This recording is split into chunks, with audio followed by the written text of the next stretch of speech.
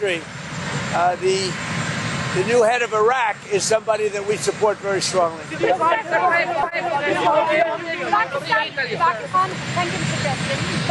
has opened the land route with Iran. Did they consult you before opening it up to Iran?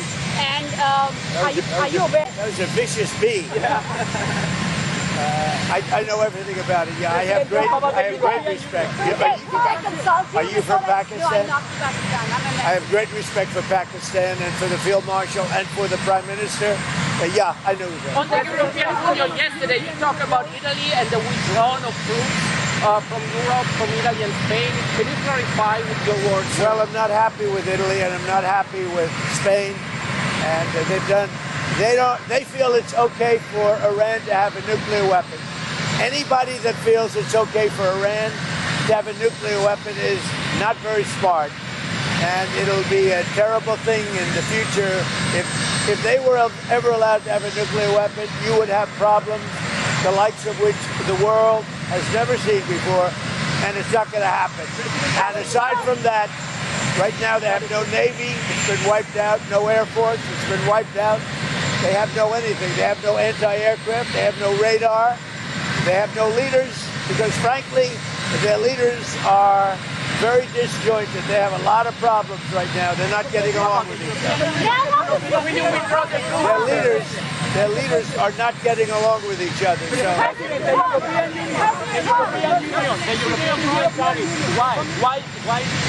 We raised the tariffs on cars coming in from the European Union because the European Union was not adhering to the trade deal we have.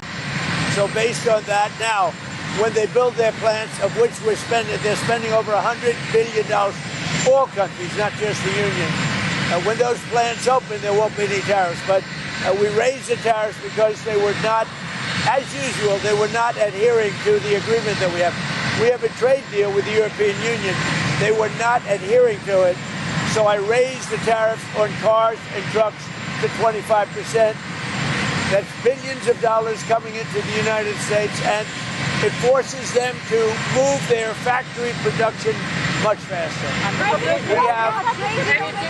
We have right now in the United States over $100 billion of car plants being built. It's a record. We've never had anything like it from all countries, Japan, South Korea, by the way, Canada, Mexico, they're all building plants in the United States. But the European Union was not adhering to the deal that we made.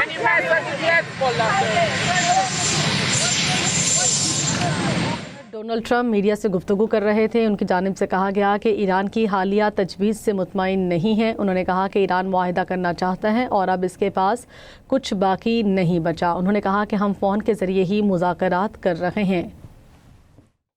Most of their military has been wiped out, but we just had a conversation with Iran. Let's see what happens. But I would say that I am not happy. Their leadership is very disjointed, very argumentative with each other. They come back, one says one thing, one says another. They're very confused. Obviously, their country has been, frankly, decimated. Their Navy is gone, their Air Force is gone. Many of their soldiers, unfortunately, are gone. They've got to come up with the right deal. At this moment, I'm not satisfied with what they're doing. Did you decide against bailing out Spirit Airlines? Well, I guess we're looking at it. If we could do it, we'd do it, but only if it's a good deal. Claiming that they're preparing to shut down this weekend because they haven't gotten a deal. Well, we're looking at it, but if we can't make a good deal, no institution's been able to do it. I said, I'd like to save the jobs, but we'll have an announcement sometime today. We gave them a final proposal. Excuse me. Mr. President, it's day 60. Are you going to seek congressional authorization for... Well, no other country has ever done it. It's never been, as you know, most people consider it totally unconstitutional. Also, we had a ceasefire, so that gives you additional time. But no other country's done it. We're in the midst of a big victory. This is a victory like we haven't had since Venezuela, okay, to be honest with you. We haven't had, but, you know, we have a country that lost its way. It really lost its way. That's our country in terms of the military. Now we have a great military. We're on our way to another victory, a big victory, and I don't think that it's constitutional what they're asking for. These are not patriotic people that are asking. You know, when they say, even the losers, even the ones that say all the wrong things, admit that it's been amazing what we've done. The Strait is totally shut down. It's flawless. It's totally 100% shut down. Now, we've been dealing with Iran. They want to make a deal. They're not there. They're not with they're sort of, they get close, and then a new group of people come in. They don't know who their leaders are.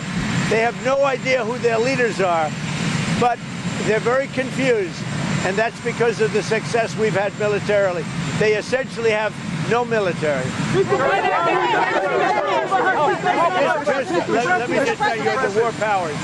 So many presidents, as you know, have gone and exceeded it. It's never been used. It's never been adhered to, and every other president considered it totally unconstitutional, and we agree with that.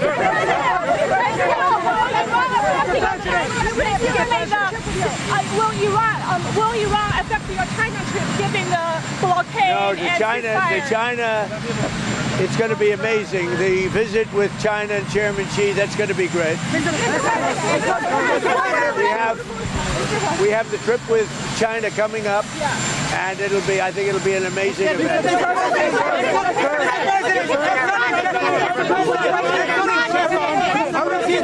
Mr. President, if you can't get a deal on Iran, what next? What will you do? Well, right now we have negotiations going on. They're not getting there. They are very disjointed. They're extremely disjointed. They're not able to get along with each other as leaders. They don't know who the leader is. Their military has been defeated. If we left right now, it would take them 20 years to build back that country, but we're not satisfied at this moment. Are you considering new strikes on Iran? Why would I tell you that?